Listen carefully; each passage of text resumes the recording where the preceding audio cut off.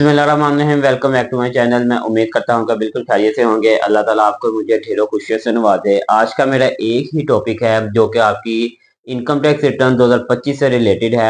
Technical points हैं आप लोगों की रिटर्न, ताकि जो है ना जो चीज़ें अनरिकनसाइल्ड होती हैं, जो मैनेज नहीं हो पा रही होती, और वो टेक्निकली तरीके से आपकी चीज़ें रिकनसाइल्ड हो जाए और मैनेज हो जाए।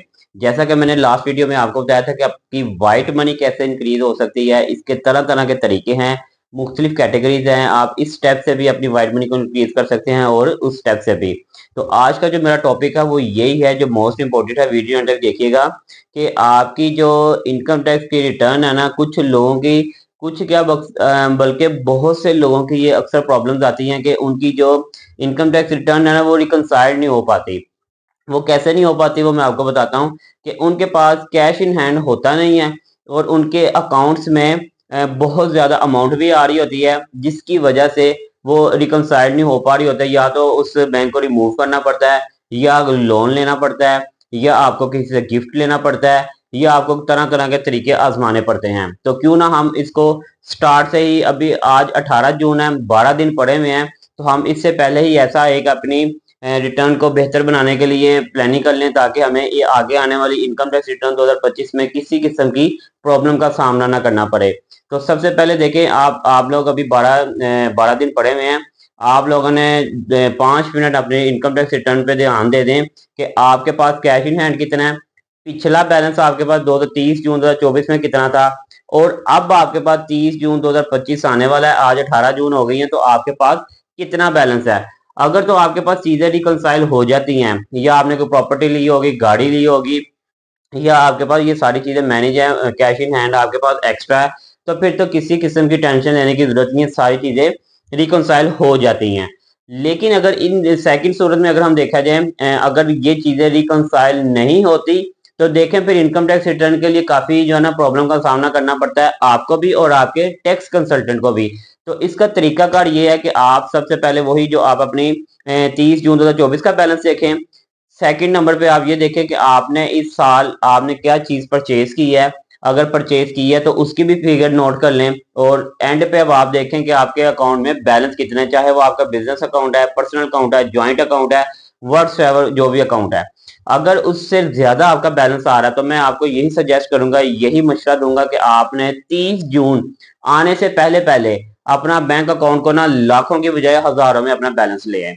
अपने ही नाम का पे ऑर्डर बना लें, या किसी को कैश निकाल कर रख ले। अगर ज्यादा कैश है, मैनेज नहीं हो रहा, तो आप इसके तरीकाकार ये कि आप इसका जो है ना एक अपने नाम से ही पे ऑर्डर बना के रख ले। जैसे ही 30 जून गुजरेगा, 1 जुलाई को तो हॉलीडे होती है, तो आप 2nd 3rd जुलाई को आप उसको वापस रिटर्न कर लीजिएगा। क्योंकि उसकी वजह ये है कि अगर आप ये चीजें नहीं करते, तो फिर आपकी इनकम टैक्स रिटर्न 2025 में आपको रिकनसाइल करने में काफी प्रॉब्लम आती है, और बाद में फिर कोई वक्त भी गुजर चुका होता है, कोई लोन भी नहीं हम लोग ले सकते। क्योंकि लोन भी अगर हम लेंगे, जैसा कि मैंने लास्ट वीडियो में आपको इन डिटेल बताया था, वो भी बैंकिंग चैनल के थ्रू आप लोन ले सकते हैं एज पर लॉ।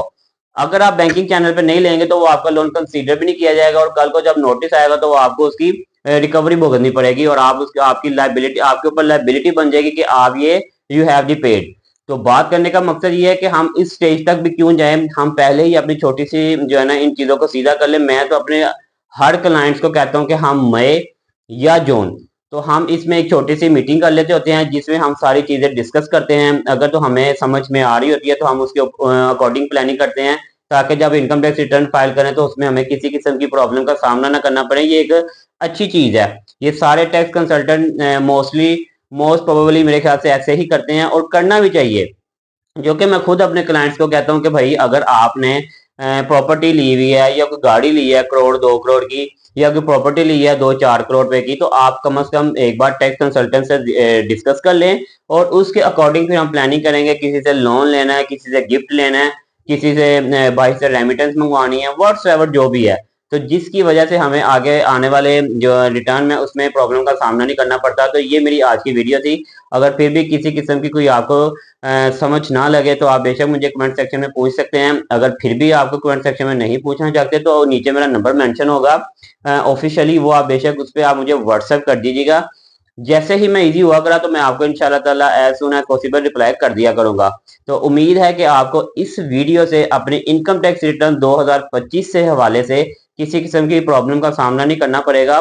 इसी प्लानिंग के मुताबिक चलें, इसी के अकॉर्डिंग चलें, ताकि आप बिलीव करें, आप कभी भी आपको सर दर्द नहीं हुआ करेगी कि ये हो क्या गया कि हमारे पास इतने सोर्सेस नहीं है, इतनी वाइट मनी नहीं है, आप बैलेंस का क्या करें या जो एसेट्स लिया है उसका क्या करें। तो ये सारी जो मैंने आपको प्लानिंग बताई है सिर्फ इसी से रिलेटेड है कि आप अपनी जो है ना मेंटली सेटिस्फेक्शन आपकी रहेगी और इनकम टैक्स रिटर्न 2025 के लिए आपको किसी किस्म की प्रॉब्लम का सामना नहीं करना पड़ेगा। तो अब मुझे इजाजत है, इंशाल्लाह ताला मिलेंगे आप नेक्स्ट वीडियो पे नए टॉपिक के साथ, नई वीडियो के साथ। Thanks for watching. Allah Hafiz.